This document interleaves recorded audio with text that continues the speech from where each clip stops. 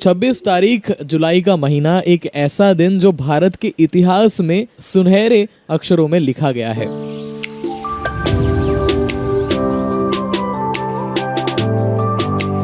Radio डुपायार से आप सुन रहे हैं आरजे आदित्य की आवाज। Good evening. और 26 तारीख का दिन है, सोमवार का दिन है आज, और जुलाई का महीना है। और 26 तारीख और जुलाई का महीना एक ऐसा संयोग बनाता है जिस संयोग के दिन हमारे भारत के इतिहास में सुनहरे पन्नों में कुछ अक्षर, कुछ शब्द लिखे गए, कुछ लोगों के नाम लिखे गए जो हमेशा अमर रहे और हमेशा अमर रहेंगे। यानी कि आज है कारगिल विजय दिवस। और इस दिन के उपलक्ष्य में पहले तो आप सभी को बहुत बहुत बधाइयां, क्योंकि 22 साल कंप्लीट कर लिए हैं हम लोगों ने इस दिन को सेलिब्रेट करते हुए। और बहुत लोगों की शहादत गई है इसके अंदर, बहुत लोगों ने कुर्बानियां दी हैं, बलिदान दिए हैं। और इसी उपलक्ष्य पर आज मेरे साथ ऑन एयर है Prem Primlani ji, who is currently working as a programme coordinator at Gujarat student startup and innovation hub, that is also called I hub. और वो साथ ही साथ टीम लीडर और मेंबर रह चुके हैं institute of leadership and governance के MSU बड़ौदा में। और साथ ही साथ बहुत सारे यूथ रिलेटेड प्रोग्राम्स को उन्होंने इनिशिएट किया है। So first of all welcome on our show today Prem. Thank you Aditya, and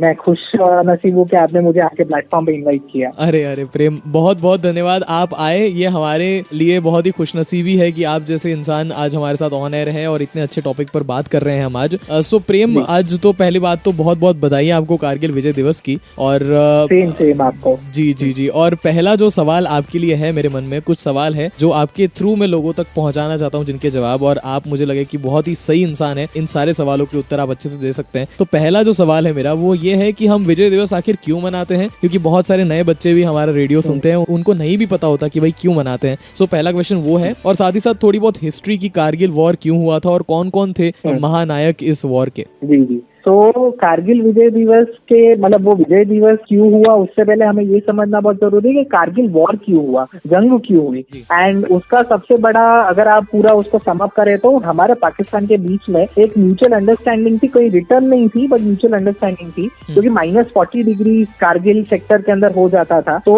वहां पे जो पोस्ट होती थी, वो दोनों पोस्ट के जो सोल्जर्स होते थे, दोनों के बीच म्यूचुअल अंडरस्टैंडिंग होती थी कि विंटर के टाइम पे वो नीचे आ जाते थे एंड देन समर के टाइम पे वो वापस ऊपर जाते थे। इसी का ये म्यूचुअल अंडरस्टैंडिंग और ये ट्रस्ट जो था, इसी का मिसयूज करते हुए पाकिस्तान आर्मी ने 1999 फरवरी के बाद का जो पूरा फेज था, मार्च अप्रैल में, उसमें पूरा कवर कर दिया था। पूरे सोल्जर्स वहाँ पे उन्होंने रख दिए थे। पहले इंडिया को तो ऐसा लगा था कि ये मुजाहिदीन होंगे और तो कुछ 10-15 मुजाहिदीन होंगे, लेकिन बाद में जाके पता चला कि नॉर्दर्न लाइट इन्फेंट्री जो पाकिस्तान की नॉर्मल आर्मी थी, उसके पूरे सोल्जर्स कैप्चर कर लिया था उन्होंने इंडियन पोस्ट को। एंड वो क्या करना चाहते थे, नेशनल हाईवे 1 को कट आउट कर देना चाहते थे। नेशनल हाईवे 1 वो हाईवे है जो श्रीनगर को लेह के साथ कनेक्ट करता है। एंड अगर ऐसा हो जाता तो श्रीनगर में सप्लाईज रुक जाते और सियाचिन के अंदर सप्लाईज रुक जाते। और अगर ऐसा होता तो कंप्लीटली डिजास्टर्स हो जाता और पाकिस्तान ट्रेड करना चाहता कश्मीर और सियाचिन के बीच में और इंडिया को फंसा देना चाहता था।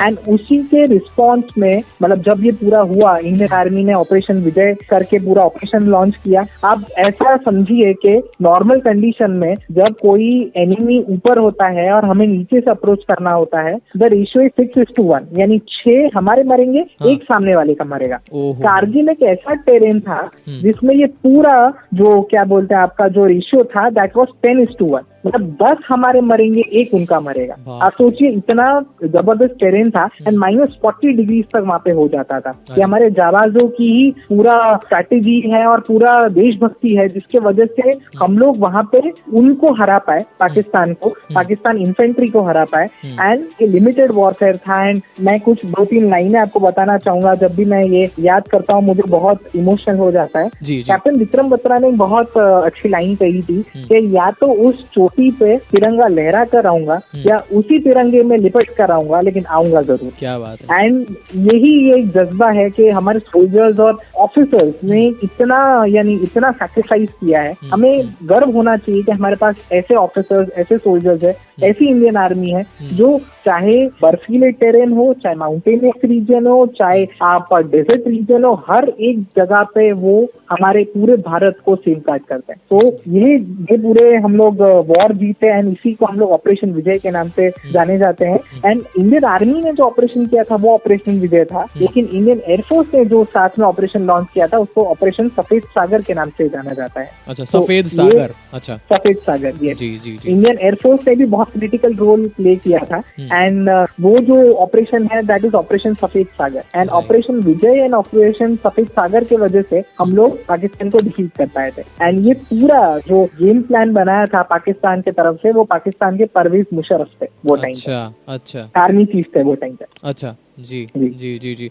और जैसे प्रेम आपने कहा कि सफेद सागर के बारे में मुझे लगता है बहुत कम लोगों को पता होगा, क्योंकि हम लोगों को ऐसा ही लगता है कि सिर्फ इंडियन आर्मी ने काम किया था। ऑफ कोर्स इंडियन आर्मी ने बहुत ज्यादा बलिदान दिए थे और बहुत मतलब जितना कहें उतना कम है, बट साथ ही साथ जितनी दोनों दूसरी जो बल है हमारे, दोनों दूसरी सेनाएं हैं, एयरफोर्स जो है और नेवी है, उन्होंने भी उतना ही काम किया है। मैंने थोड़ा अभी पढ़ा था कि इंडियन नेवी ने भी उतना ही अच्छा काम किया था, क्योंकि उन लोगों ने कुछ पोर्ट कैप्चर कर लिए थे, मतलब पोर्ट में आने जाने का रास्ता जो था पाकिस्तान के, तो वो ऑयल का सप्लाई कुछ रोक दिया था उन्होंने, ताकि और ज्यादा एस्केलेट ना हो पाए ये वॉर के अंदर। तो ये भी कुछ इन्फॉर्मेशन मुझे मिली थी। और जैसे मैं आपके साथ बात कर रहा हूँ मेरे गूस बम्स आ चुके हैं, और मुझे लगता है जितने भी लिसनर्स मेरे सुन रहे होंगे उन्हें जरूर से रोंगटे हुए भी खड़े हो गए होंगे, क्योंकि बात ही कुछ ऐसी है। जैसे आपने कहा कि 10 के सामने 1, ये कितना बड़ा सेक्रीफाइस है। आप मतलब एक ऑफिसर लेवल के जो इंडियन आर्मी में है उनके अगर एंगल से सोचे तो कितना बड़ा रिस्क उन्होंने लिया, और हमारे जो सोल्जर्स हैं उनकी तो दांत पे दांत दे उतनी कम है कि भाई जितनी उनकी तारीफ करे उतनी कम है, और उन्हें जितने शत प्रणाम करे भी अगर आप देखें ना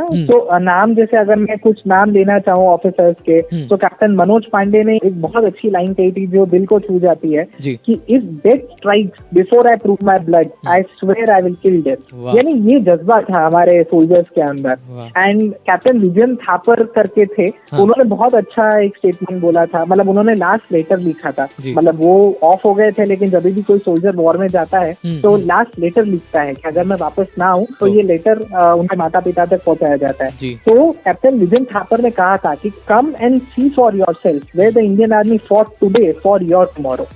हमें जाके देखना चाहिए कारगिल में कि कहाँ पे इंडियन आर्मी ने क्या सैक्रिफाइस किया है। यानी इतना सैक्रिफाइस किया है कि आज के युवाओं को पता ही नहीं कि ऐसा कुछ हुआ होगा। इवन जो मूवीज है लक्ष्य की मैं अगर बात करूं, मैंने थोड़े दिन पहले वापस देखी थी लक्ष्य को, और उसके अंदर भी आपको दिखेगा कि कितना बड़ा मुश्किल चैलेंजिंग टास्क था वो हमारी पूरी आर्मी और पूरे देश के लिए। और साथ ही साथ अभी और एक मूवी भी आ रही है शेर शाह करके, उससे भी बहुत ज्यादा एक्सपेक्टेशन है। तो थोड़ी सी और बातें करेंगे इसके बारे में। आप सुन रहे हैं आरजे आदित्य की आवाज। एक छोटे से ब्रेक के बाद वापस प्रेम बिरमलानी के लिए बहुत सारे सवाल है मेरे पास। आप सुन रहे हैं रेडियो डुपा यार। आऊंगा एक छोटे से ब्रेक के बाद, स्टे ट्यून्ड।